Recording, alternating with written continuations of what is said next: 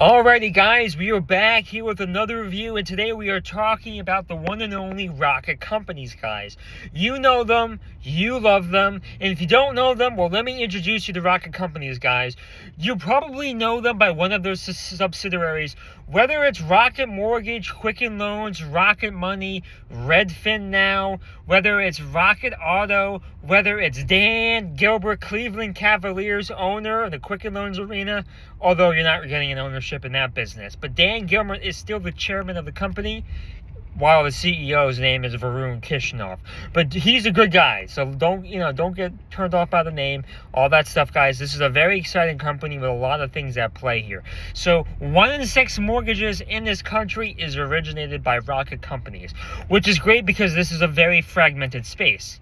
Lots of local lenders out there at your favorite credit union, whether it's UWM is another player in the space. The bottom line, guys, is there's a lot of fragmentation, but Rocket Companies is coming out there with 1 in 6 mortgages being originated by them, and that is by far the market leader, which is great because that means the potential for them to continue to get the 5 out of 6, which means the majority of mortgages still aren't done by them, into their wheelhouse is really, really exciting, guys. But it's not just that. It's not just the potential there.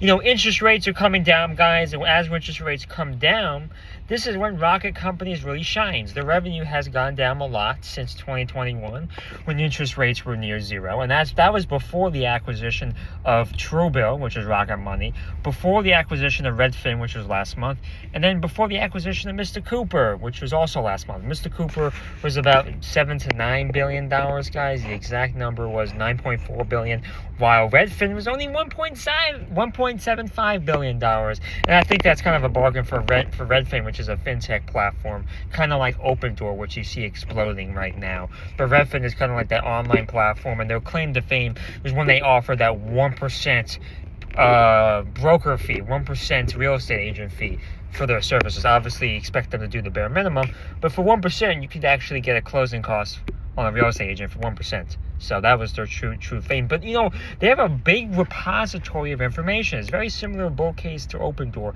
and I would argue Redfin is run better, and that's only one subsidiary of Rocket Companies, guys. But nevertheless, guys, I'm getting off track here.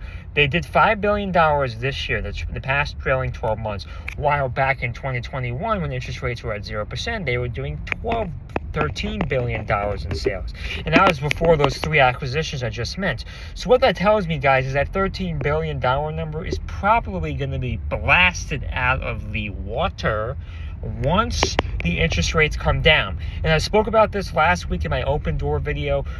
Donald J. Trump